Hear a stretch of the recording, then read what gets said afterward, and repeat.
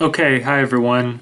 This is going to be the third and final lecture for chapter 16 here.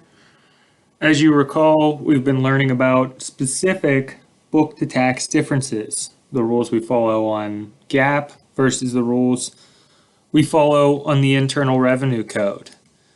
Now, the next one here that we're going to talk about is the dividends received deduction. So basically, this is just a fiction that's created on the tax return to avoid triple taxation.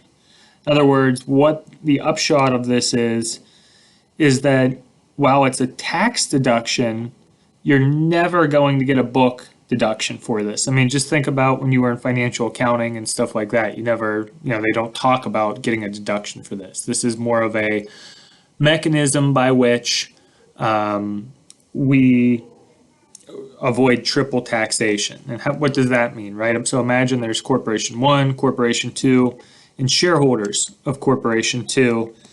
If Corporation 1 declared a tax or declared a dividend to Corporation 2, and then Corporation 2 declared a dividend to their shareholders, the money from which that came would be taxed at three different levels, right? I mean, first they pay a tax, then they pay a tax on the dividend, and then they pay a tax. The idea with the dividends received deduction is to give this guy right here some help in mitigation of the dividends that are going to be taxed.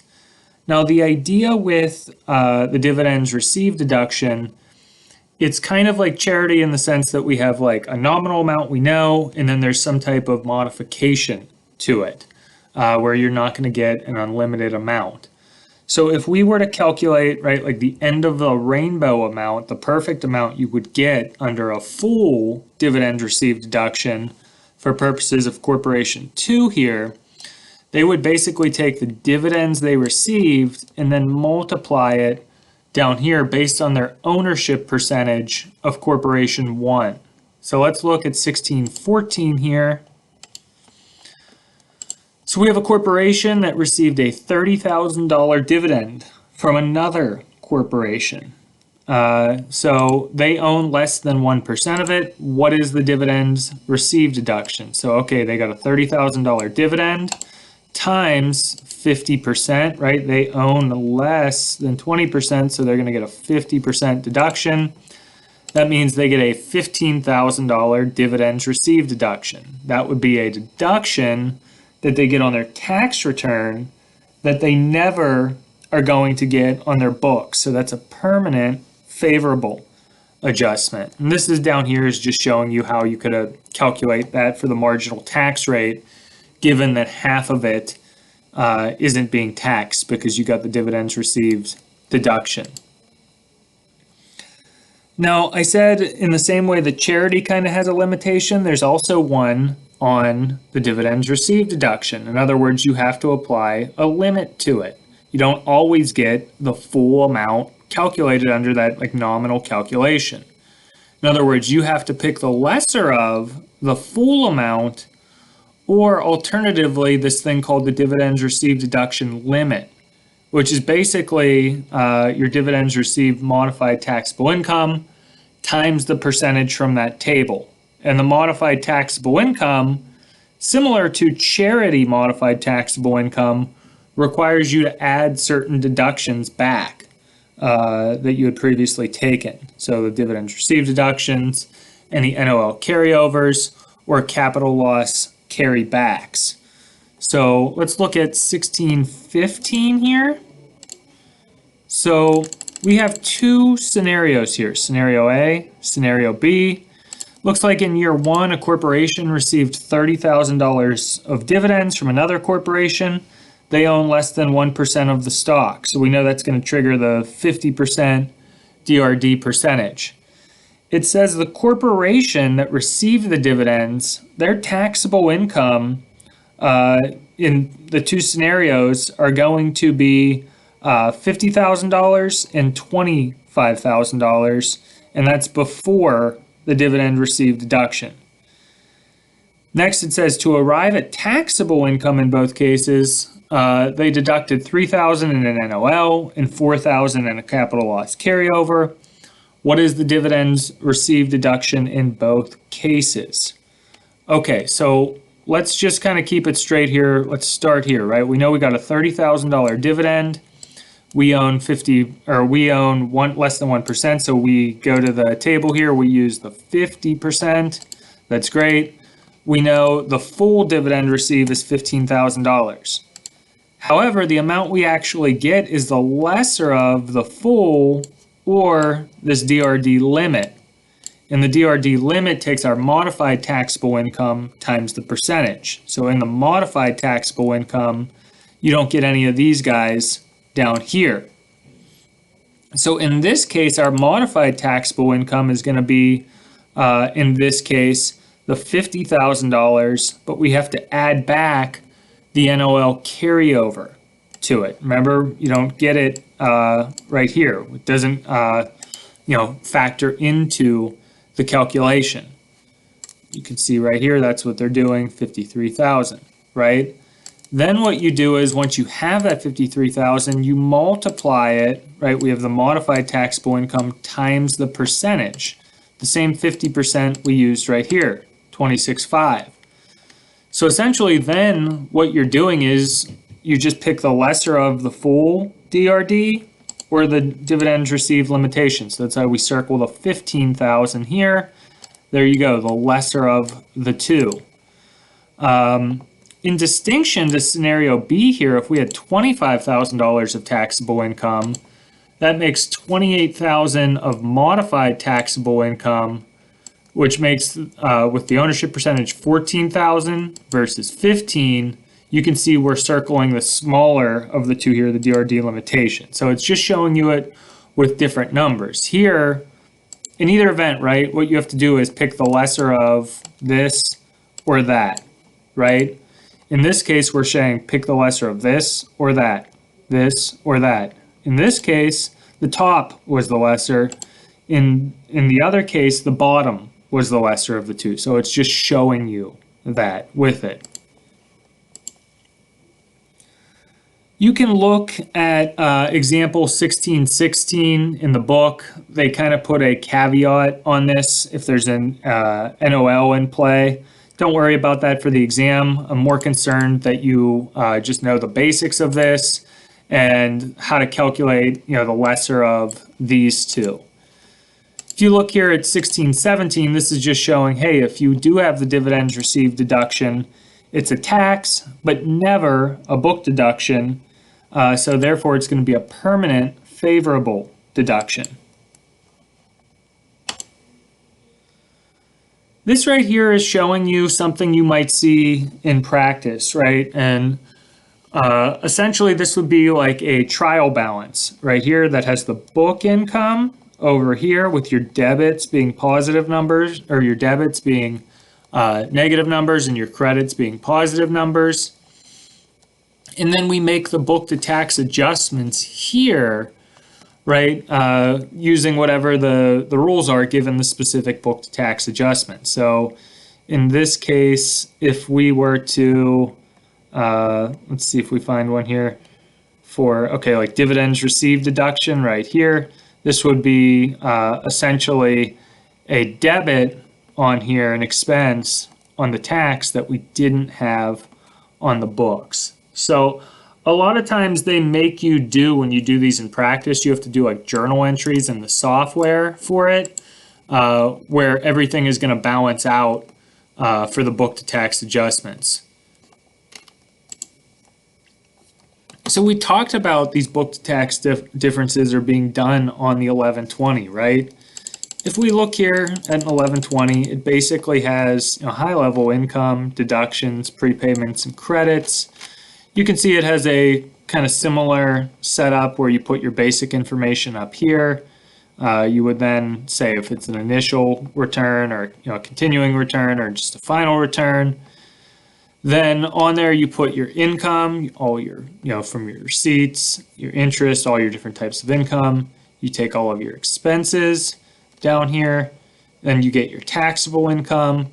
You back out your you figure out your tax liability on it times 21%, back out your credits and prepayments. You either owe money or you're refunded money. This right here is called a Schedule M1. So basically, on like the second or third page of the 1120, you have to break out and show all of those book to tax differences that you made. And depending on how big your corporation is, so if your corporation has below 10 million of assets, you're going to use the Schedule M1, this little guy right here. If you have above 10 million of assets, you have to use the Schedule M3, which is kind of similar to this, but it's like much more advanced. It's like a whole page of items. It kind of looks similar to this right here. There's a million things on it.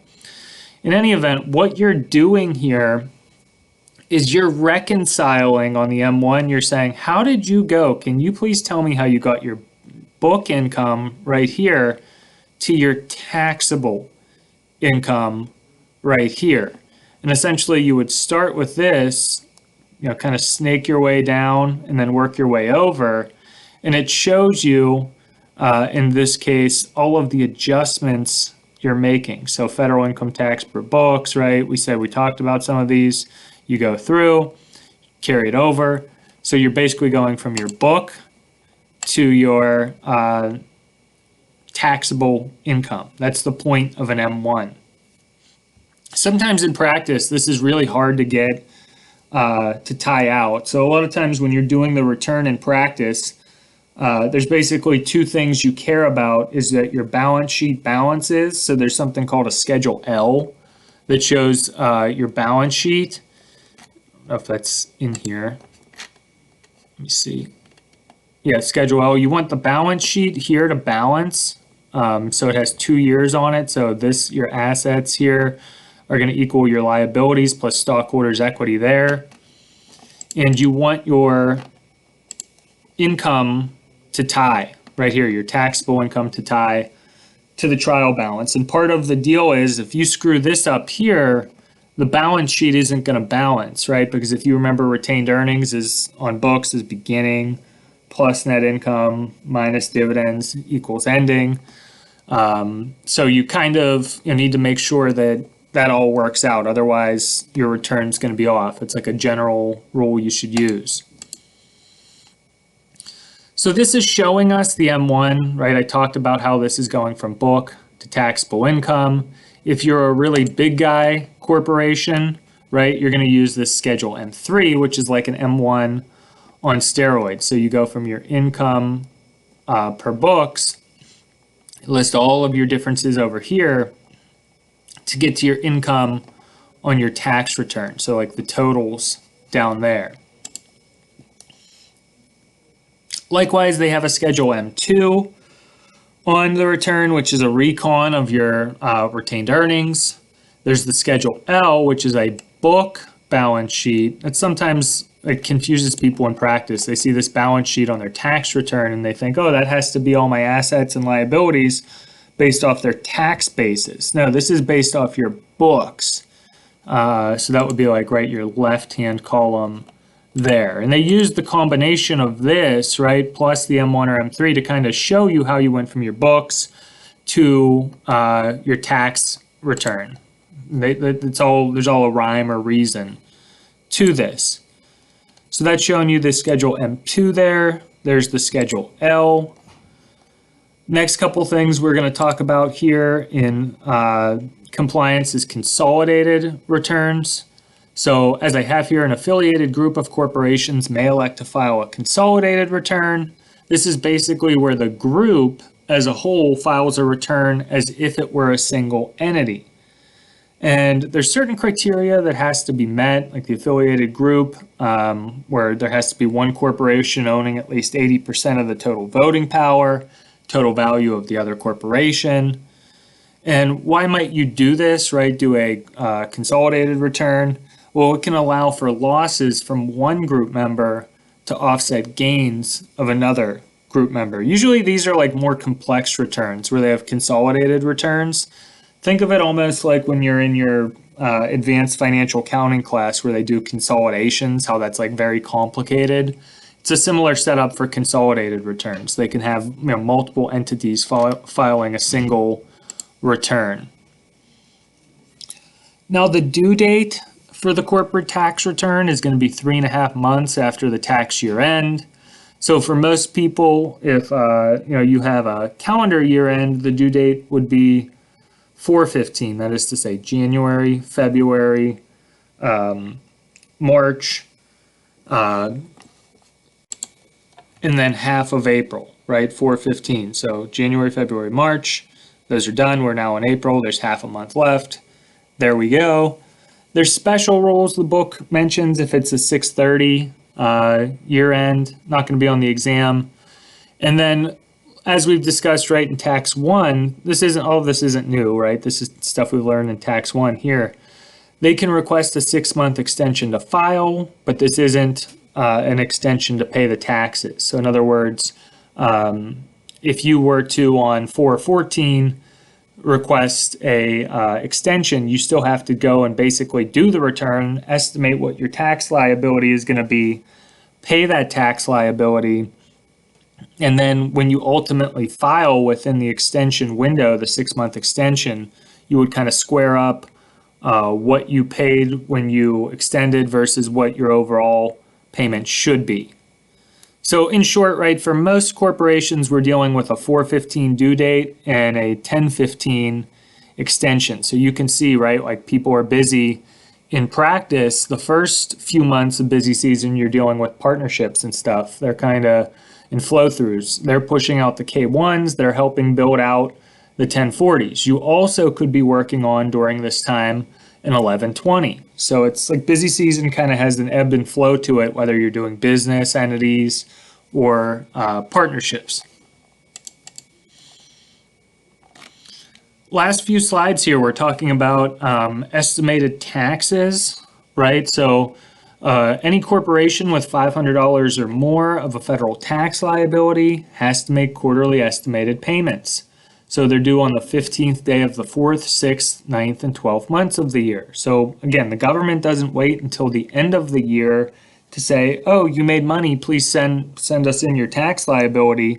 They run throughout the year, the government, and they want your payments throughout the year. So in short, right, corporations, one of the things if you do corporate tax returns that you do in the off season is you make estimated payments. You kind of calculate, you do provisions and quarterly estimated payments. So as I have here, when the corporation files the tax return, it must determine it made enough required annual payments throughout the year. If it did not, you could be hit with an underpayment penalty. So if you don't make enough estimated payments, say you owe 1,000 and you only put in 700 throughout the year, not only will you owe that remaining 300, but you could also get hit with a penalty and perhaps interest on top of that. And there's specific ways you would calculate the underpayment penalty. You can see it there. Now, one of the things here, as I have, is you can have a required annual payment. This is the amount to satisfy a safe harbor test. So the idea here is if you meet a safe harbor, you will not be hit with an underpayment penalty. So what's going on? What are we talking about? We're saying corporations have to make estimated payments during the year, throughout the year. Basically once every few months they have to do it.